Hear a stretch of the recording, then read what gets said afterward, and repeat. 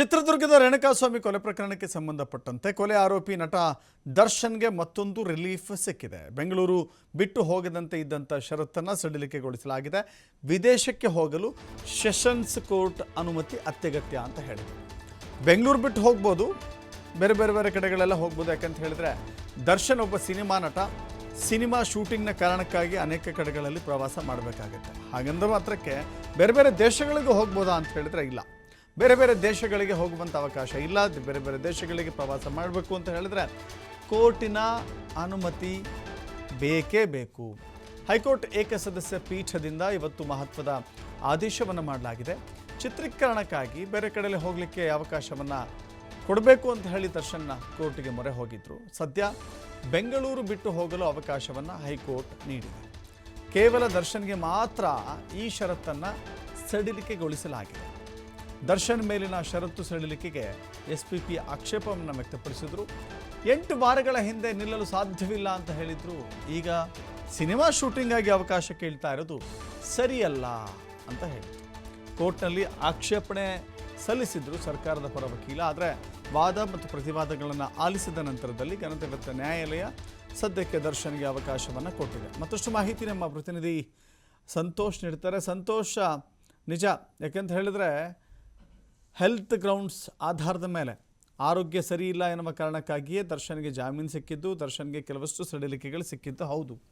ಆದರೆ ಇದೀಗ ಶೂಟಿಂಗ್ಗೆ ಹೋಗ್ತಾರೆ ಅಂತ ಹೇಳಿದ್ರೆ ದರ್ಶನ್ ಫಿಟ್ ಆ್ಯಂಡ್ ಫೈನ್ ಆಗಿದ್ದಾರೆ, ಬೆನ್ನು ನೋವಿನ ಸಮಸ್ಯೆಯಿಂದ ಸಂಪೂರ್ಣ ಗುಣಮುಖರಾಗಿದ್ದಾರೆ ಅಂತ ಅನ್ಕೋಬೇಕಾ, ಅಥವಾ ಶೂಟಿಂಗ್ ಇರುವಂಥ ಕಾರಣಕ್ಕಾಗಿ ಹೊರಗಡೆ ಹೋಗಬೇಕಾಗತ್ತೆ, ಇವತ್ತರ ನಾಳೆ ಹೋಗಬೇಕಾಗತ್ತೆ, ಆ ಕಾರಣಕ್ಕಾಗಿ ನನಗೆ ಈ ಅವಕಾಶ ಬೇಕು ಅಂತ ಕೇಳಿದ್ರೆ ಹೇಗೆ ಅಂತ?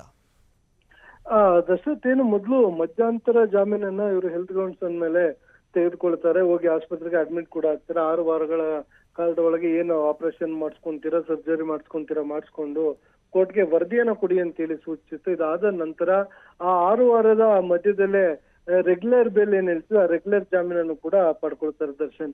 ಇದಾದ ನಂತರ ರೆಗ್ಯುಲರ್ ಬೇಲನ್ನು ಕೊಡುವಾಗ ಒಂದಿಷ್ಟು ಷರತ್ತುಗಳನ್ನ ವಿಧಿಸಿತ್ತು. ಕೋರ್ಟ್ನ ವ್ಯಾಪ್ತಿಯನ್ನ ಬಿಟ್ಟು ಅವರು ಎಲ್ಲೂ ಕೂಡ ಹೋಗ್ಬಾರ್ದು ಅನ್ನೋದ್ರ ಬಗ್ಗೆ ಸೂಚನೆಗಳನ್ನು ಕೊಟ್ಟಿತ್ತು. ಆದ್ರೆ 4-5 ಬಾರಿ ನ್ಯಾಯಾಲಯಕ್ಕೆ ಅರ್ಜಿಯನ್ನ ಹಾಕೊಂಡಂತ ದರ್ಶನ್ ಟ್ರೀಟ್ಮೆಂಟ್ ಅನ್ನ ಪಡೆಯಲಿಕ್ಕೆ ಮೈಸೂರಿನಲ್ಲಿರುವಂತಹ ಆಸ್ಪತ್ರೆ ಇರ್ಬೋದು ಮತ್ತು ಅವರ ಫಾರ್ಮ್ ಹೌಸ್ಲಿಗೆ ಹೋಗ್ಲಿಕ್ಕೆ ಒಂದಿಷ್ಟು ಅವಕಾಶಗಳನ್ನು ಕೇಳಿ ಮನವಿಯನ್ನ ಮಾಡ್ಕೊಟ್ಟಿದ್ರು. ಸೊ ಆ ಮನವಿಗೆ ಏನು ಕೋರ್ಟ್ ಕೂಡ ಅಸ್ತು ಅಂತ ಹೇಳಿತ್ತು, ಅದರಂತೆ ಓಡಾಟವನ್ನ ಮಾಡ್ಕೊಂಡಿದ್ರು. ಇನ್ನ ವೃತ್ತಿಯಿಂದ ದರ್ಶನ್ ಓರ್ವ ನಟ ಆಗಿರುವ ಹಿನ್ನೆಲೆಯಲ್ಲಿ ಹಿಂದೆ ಕೂಡ ಸಾಕಷ್ಟು ಸಿನಿಮಾಗಳಿಗೆ ಡೇಟ್ಸ್ ಗಳನ್ನು ತೆಗೆದುಕೊಂಡಿರ್ತಾರೆ, ಅಡ್ವಾನ್ಸ್ ಅನ್ನ ಪಡ್ಕೊಂಡಿರ್ತಾರೆ.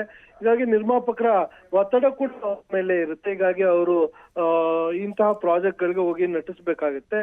ಇದೇ ಕಾರಣಕ್ಕಾಗಿ ಅದನ್ನ ಇಟ್ಕೊಂಡು ಅವರು ಹೋಗಿ ನನಗೆ ಮುಂದಿನ ದಿನಗಳಲ್ಲಿ ಅಂದ್ರೆ ಬೆಂಗಳೂರನ್ನ ಬಿಟ್ಟು ಬೇರೆ ಕಡೆ ಹೋಗ್ಲಿಕ್ಕೆ, ಶೂಟಿಂಗ್ ಅನ್ನ ಮಾಡ್ಲಿಕ್ಕೆ ಅವಕಾಶವನ್ನ ಮಾಡಿಕೊಡ್ಬೇಕು, ನನ್ನ ಮೇಲೆ ಒಂದಿಷ್ಟು ಹಣ ಹೂಡಿಕೆಯನ್ನ ಮಾಡಿರ್ತಾರೆ, ನಾನು ಸಿನಿಮಾಗಳಿಗೆ ಡೇಟ್ ಗಳನ್ನು ಕೂಡ ಕೊಟ್ಟಿದ್ದೀನಿ ಅಂತ ತಮ್ಮ ವಕೀಲರ ಮುಖಾಂತರ ನ್ಯಾಯಾಲಯಕ್ಕೆ ಅರ್ಜಿಯನ್ನ ಹಾಕೊಂಡಿದ್ರು. ಅದರಂತೆ ವಾದ ವಿವಾದ ನಡೆಸಿ ಈಗ ಅವರ ಮನವಿಯನ್ನ ಪುರಸ್ಕರಿಸಿರುವಂತದ್ದು. ಇವರು ಬೆಂಗಳೂರನ್ನ ಬಿಟ್ಟು ಮೊದಲೆಲ್ಲೂ ಆಚೆ ಹೋಗುವ ಹಾಗೆ ಇರ್ಲಿಲ್ಲ. ಈಗ ದೇಶದಾದ್ಯಂತ ಓಡಾಡ್ಬೋದು, ಆದ್ರೆ ದೇಶವನ್ನ ಬಿಟ್ಟು ಬೇರೆ ಎಲ್ಲೇ ಹೋಗ್ಬೇಕು ಅಂದ್ರೆ ನ್ಯಾಯಾಲಯಕ್ಕೆ ಅಂದ್ರೆ ಸೆಷನ್ ಕೋರ್ಟ್ ಏನಿರುತ್ತೆ ಅದಕ್ಕೆ ಇವರು ಮಾಹಿತಿಯನ್ನ ಕೊಡ್ಬೇಕಾಗತ್ತೆ. ಮಾಹಿತಿಯನ್ನ ಕೊಟ್ಟು ನಂತರ ಹೋಗ್ಬೇಕಾಗತ್ತೆ. ಅದು ಹೋಗ್ಬೇಕಾ ಬೇಡ ಅಂತ ನ್ಯಾಯಾಲಯ ತೀರ್ಮಾನ ಆಗುತ್ತೆ. ಆದ್ರೆ ಇದೀಗ ದರ್ಶನ್ಗೆ ಇದನ್ನ ರಿಲೀಫ್ ಅಂತಾನೆ ಹೇಳ್ಬೋದು. ಸೊ ಪ್ರತಿ ಬಾರಿ ಕೂಡ ಮೈಸೂರಿಗೆ ಹೋಗ್ಲಿಕ್ಕೆ ಅನುಮತಿಯನ್ನ ಪಡ್ಕೊಂಡು ಹೋಗ್ತಿದ್ದಂತ ದರ್ಶನ್ ಈಗ ನಿರಾಯಾಸವಾಗಿ ಬೇರೆ ಕಡೆ ಓಡಾಟವನ್ನ ಮಾಡ್ಬೋದು.